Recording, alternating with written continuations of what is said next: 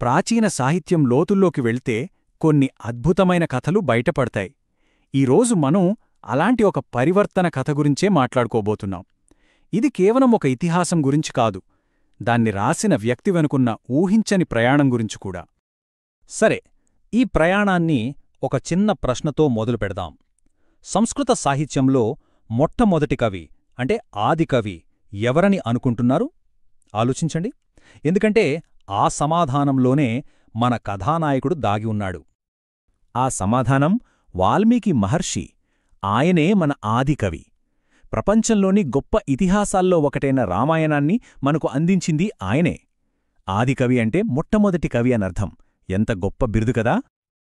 అయితే ఇక్కడే అసల్ కథ మొదలవుతుంది. ఆయన ప్రయాణం కలంతో మొదలవ్వలేదు, కత్తితో మొదలైంది. అవును, మనం ఇంతలా గౌరవించే ఈ మహర్షికి హింసతో నిండిన ఒక చీకటి గతం ఉంది. అది చాలామందికి తెలియదు. వాల్మీకిగా మారకముందు ఆయన పేరు రత్నాకరుడు. ఒకవైపు చూస్తేనేమో ఆదికవి, మరోవైపు చూస్తే ఒక క్రూరమైన బందిపోటు దొంగ. అసలు నమ్మగలమా? ఇంతటి మార్పు ఎలా సాధ్యమైంది? అదే ఇప్పుడు మనం తెలుసుకోబోతున్నాం. రత్నాకరుడి కథ ఎలా మొదలైందంటే, అతను చిన్నతనంలో అడవిలో తప్పిపోయాడట. అక్కడ ఒక వేటగాడి దగ్గర పెరిగాడు. అలా పెరుగుతూ కాలక్రమేణా అడవిలో ప్రయాణించే వాళ్లని దోచుకుంటూ బతికే బందిపోటుగా మారాడు. అంటే ఆ ప్రాంతంలో అందరూ అతడి పేరు చెప్తేనే భయపడేంతగా అన్నమాట.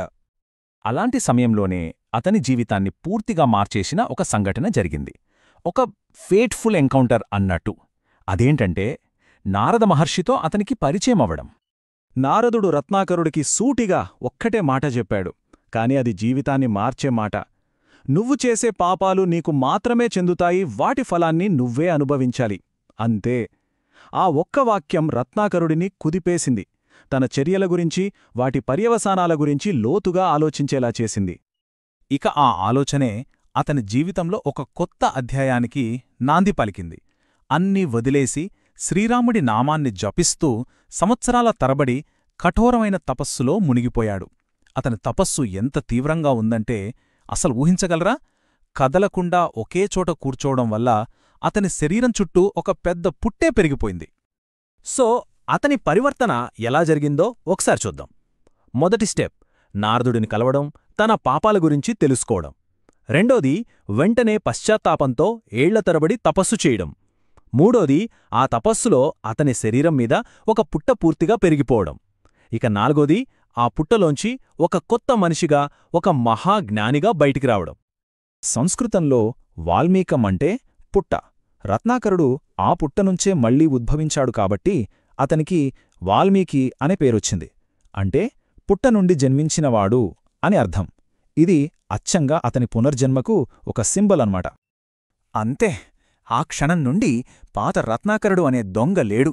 ఆ పుట్టలోంచి బయటికి వచ్చింది ఒక కొత్త వ్యక్తి. అతనే ఆదికవి వాల్మీకి. ఇకపై ప్రపంచంలో ఆయనడి ఒక కొత్త గుర్తింపు, ఒక కొత్త పాత్ర. ఇక ఆయన సాధించిన అతి గొప్ప విజయమేంటంటే, హిందూ మతంలోనే అత్యంత ముఖ్యమైన ఇతిహాసాల్లో ఒకటైన రామాయణాన్ని సంస్కృతంలో రచించడం.